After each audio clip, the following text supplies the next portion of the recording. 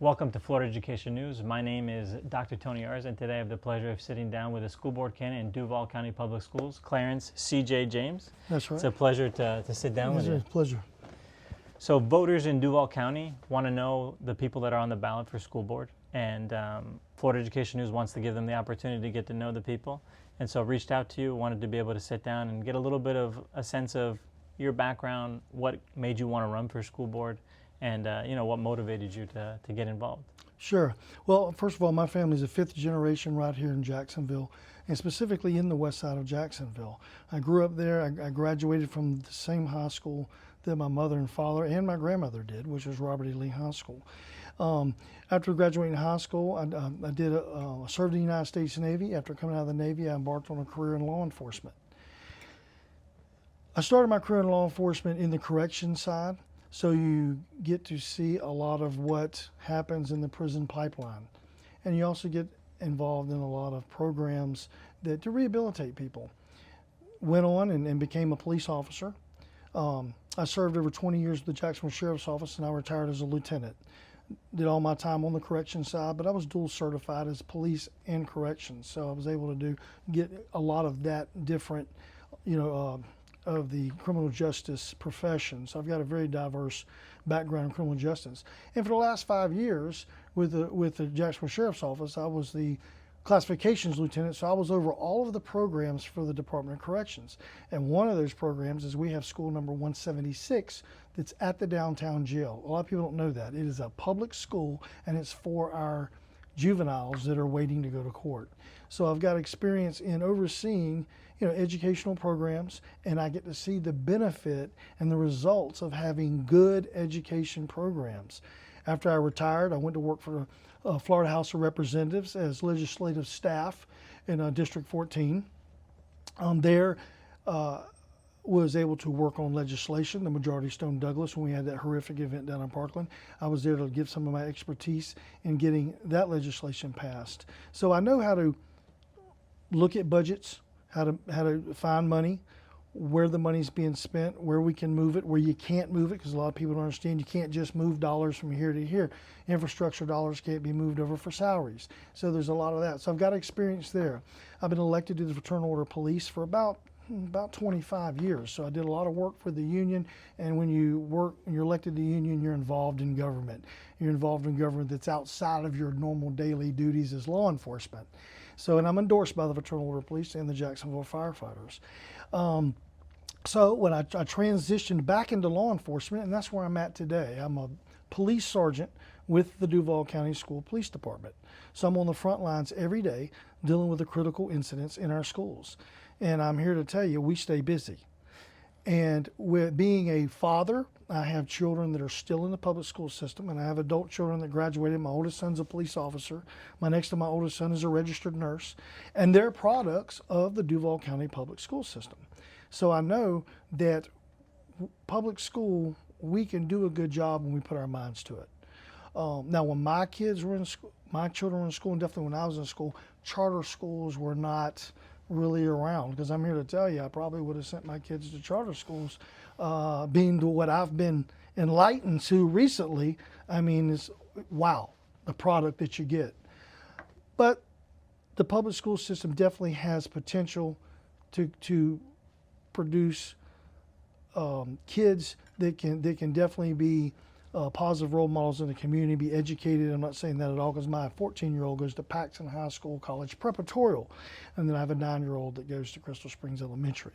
So I have a vested interest in being a school board member, because we have to get the violence and the disruptive behavior out of the public school system. We cannot continue to have over 1,000 fights, 1,500 fights in 1 year, and 400 staff members assaulted. We cannot continue on that path. We have to get that under control. And so people ask me, are you pro charter school choice? Absolutely. Because I deal with it as a law enforcement supervisor. I deal with the crying mothers that they need another option when their kids are being bullied just because by the way they look, or they're not strong enough, or they're the smart kid. And the bullying today is not like the bullying when I was in school. I mean, the bullying today becomes very violent. And I'm running for safer schools. I'm running to make sure that our taxpayer dollars are getting a good ROI, return of investment. Make sure that any programs that we have been funding for many years, our nonprofits, that are we really getting a bang for our buck, or can we use that money in other places and bring back more trades? You know, go back when I was in school, trades was a huge thing. Heating and air conditioning. I'm a trade school baby myself. I went to Westside Skills Center on top of Robert E. Lee High School. We transitioned halfway the day through.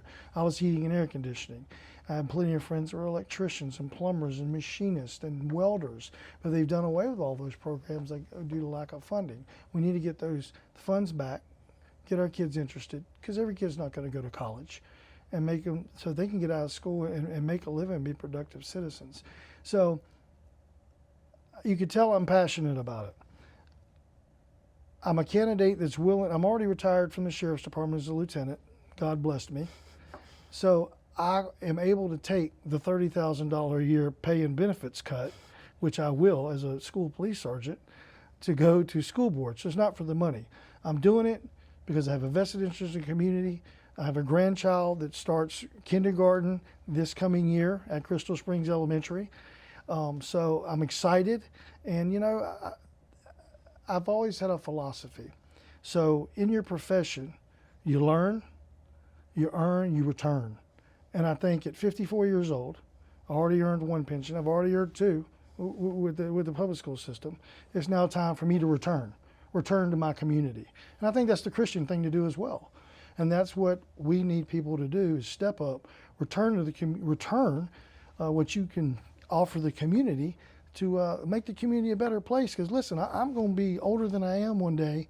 I have constituents that say, listen, why should I pay property taxes for schools? I don't have any kids in schools. I go, well, listen, one day these kids are going to be making decisions. They're going to be in charge, and they're going to be making decisions that affect you directly.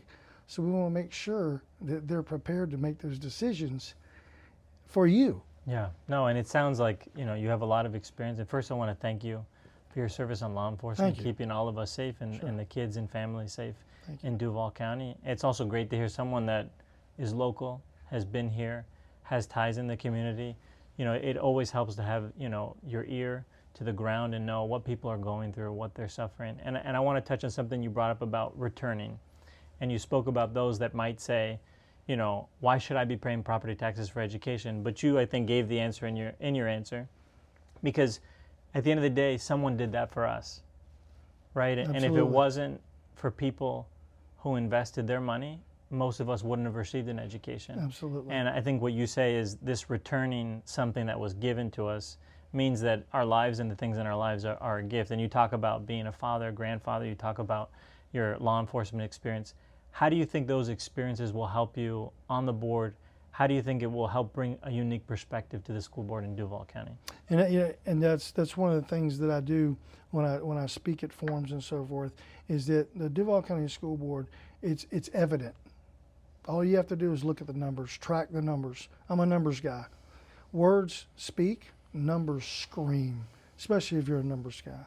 So it's been a long time overdue that the school board needs a law enforcement, public safety perspective brought to the Duval County School Board. Now, that's another thing, every county has its own separate individual needs. St. Johns County may not need it.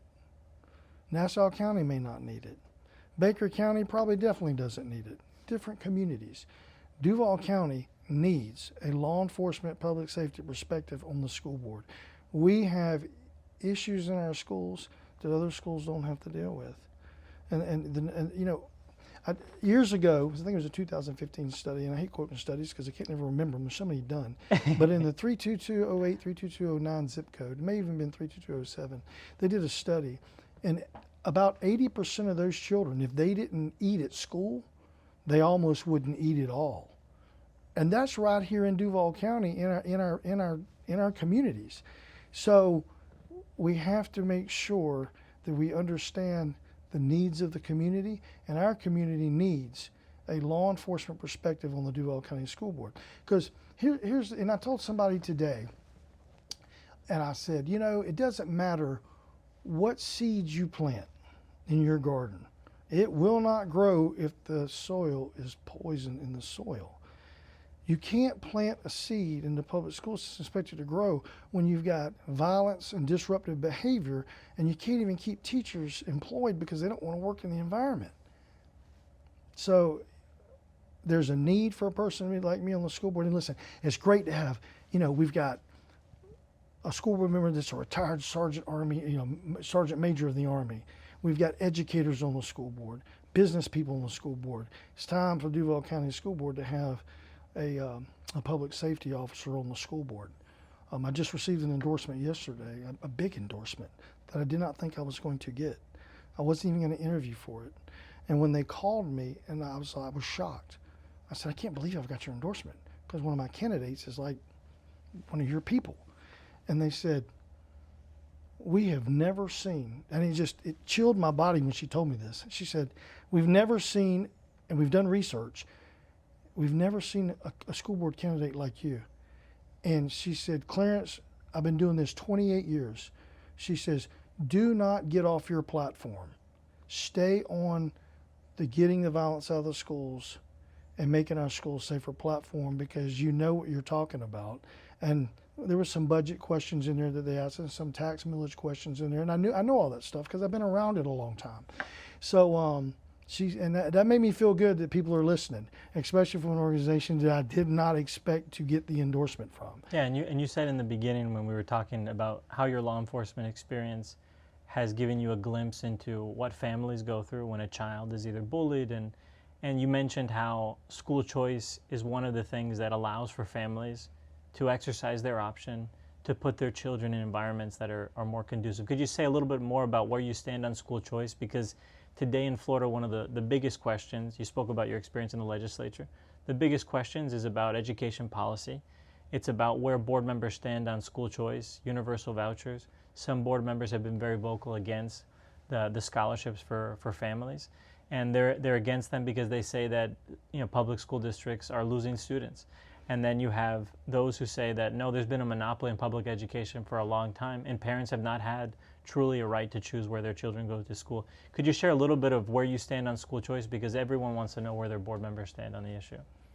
I am pro school choice without a shadow of a doubt. From what I see on a daily basis, you have to give, because every parent has different needs.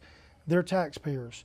They should have a right to pick where their child goes to school. I would not want someone to tell me that you have to send your child to this school, especially if they continue to be in bullying, or there's a better program, that you feel is going to fit your child's needs. I got to tell you, before I started running for school board, I was not very educated on charter schools. And when I was telling one of your colleagues a few minutes ago, when I visited my first charter school, can I say the name of it? It was okay. I know it's business. I know. Classical. When I visited Classical Cornerstone out there, I was amazed. I was like, this is a public funded school. It's amazing. The kids were learning a foreign language in first grade. I mean, we're trying to get our kids to learn our own language in first grade in some of our schools and our ABCs. It was amazing. And I'll tell you another thing that makes a big difference, I think, is the control of those cell phones in the schools.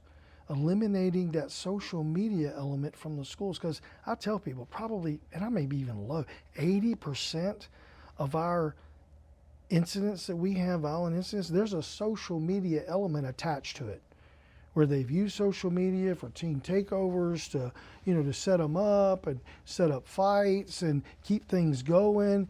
Social media is just, I got an interview and they asked me where, I said, get them out of the schools. I said, and I actually gave them the example of, I went to a concert one time downtown, and you had to put your cell phone in the bag and it magnetized, and that was for 15,000 people. And it was very, very well put together. 15,000 people sealed their cell phone and unsealed their cell phone and went home, no backup line. So why can't we do that for public schools? Get them out of the public schools. Last year, I've had violent incidents where teachers went to enforce the law and not allow a kid to use the phone in the classroom during class time, and the teacher was assaulted. I mean, pretty serious assault too. I mean, teachers assaulted, and we got to get them out of the schools. Well, you know, there was a control poll. them, control them. And there was a poll recently that we saw, and one of the things that voters said speak to something you're talking about, restoring discipline and order.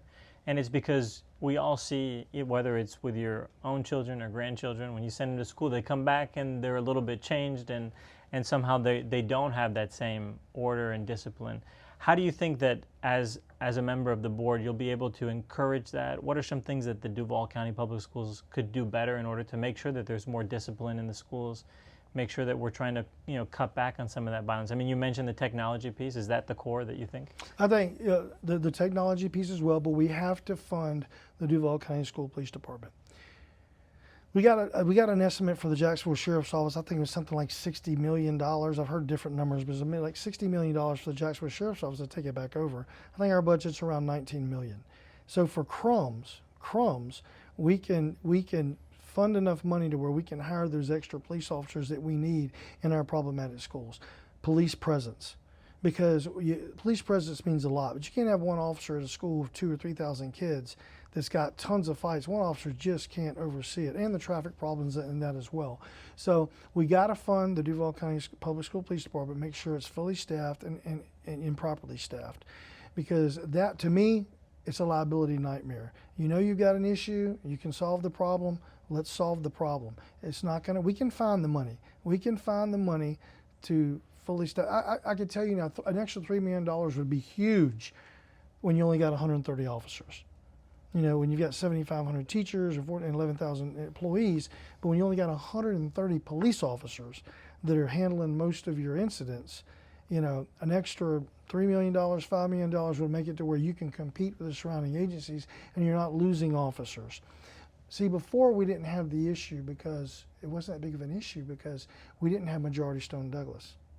When that got implemented, it means that there has to be someone, a legal person, with a firearm to protect the kids in every school from bell to bell. There's got to be somebody there. In our middle schools and high schools, it's police officers.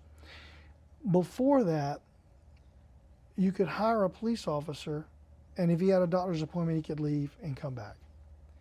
Now you can't leave campus at all, bell to bell. You can't cover 2 and 3 campuses at one time. So you have to have somebody there. It makes it difficult to hire retirees because we depended on the retirees from the local sheriff's department to, hey, good retired job. You go to the school, if you got a doctor, just go to your doctor's appointment, no problem. It's now more of a regular police job now. So we've got to catch up with times, and that means we got to catch up with the surrounding agency salaries to be able to compete. We actually have to compete to keep good people. And with that, you got to increase the salaries. You've got to be able to increase those salaries. Well, and that brings us to kind of the big item. So in polls in Florida and the United States of America, voters are experiencing an affordability crisis. And the number one issue for them is the economy. And anyone who goes to the ballot box is thinking about how their decision can impact their own financial stability. Sure. And you bring up making sure that police officers are being paid fairly. Could you kind of give, how will you as a school board member ensure that taxpayer dollars are going to be working for the local economy, the local community? What are some things that you can do? Most people don't know that Duval County Public Schools has a $3 billion budget. And a lot of people want to know, where is that money going? And how is my hard-earned taxpayer dollar ensuring that it's going back into the community and ultimately helping me and my community to grow?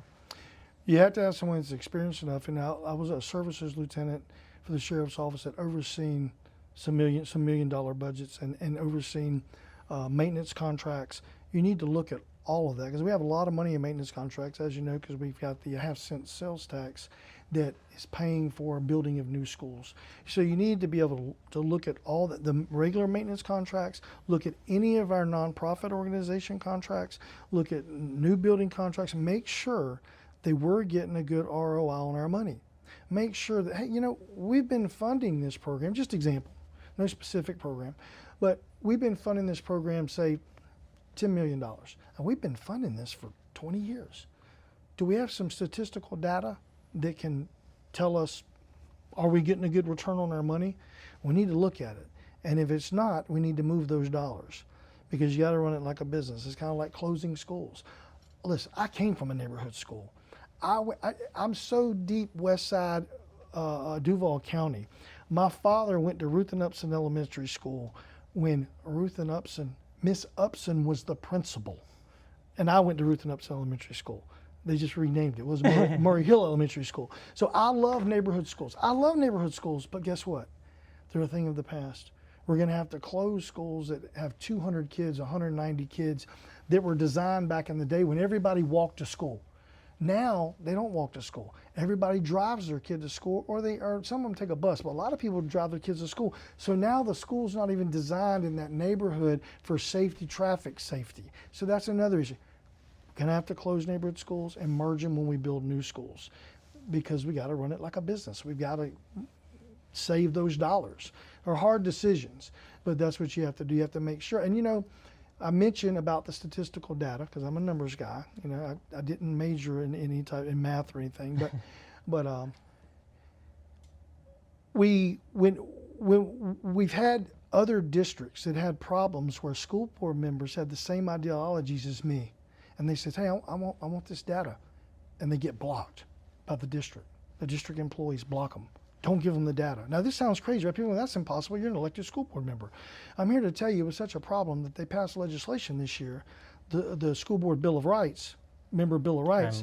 And by the way, behind the scenes, I helped push that because I'm friends with a few legislatures, because I'm going into this, you know, this new position here, hopefully, get elected, that we can't have that. I mean, we had school districts that were telling the school board members, we're not giving you information. You have to file a public records request. And guess who had to pay for it? The school board member. So we had to put a stop to that. So, yeah. Well, no, I mean, and I mean, it's definitely interesting. And then also something that you brought up that I think everyone agrees with is that every taxpayer wants to make sure that the people that are in charge of the school districts, the leadership, is at the table and they're negotiating for the taxpayers, you know. And I think that that's something that we've seen in President Trump, that he's made a priority is, you know, I'm going to get the best deal. And we need to have good people that are there. Is there anything else that we haven't talked about that you want the voters and constituents in Duval County to know about you and why you're running? Well, I'm running because I have a vested interest in my community. I love my community. I want the best for our children. You know, I've spent most of my life in law enforcement, running and gunning, we call it. And I'm looking forward to this new endeavor and serving my community in an elected position and being able to take everything that I've learned over the years. I mean, I've just got so much diversity in my learning in government and law enforcement and safety and budgets, and just put it all together and benefit my community. And hopefully let's make it a better school district in a whole. Well, look, good luck, and thank you so much for sitting down with us. Thank you. It's a real pleasure. pleasure. Okay.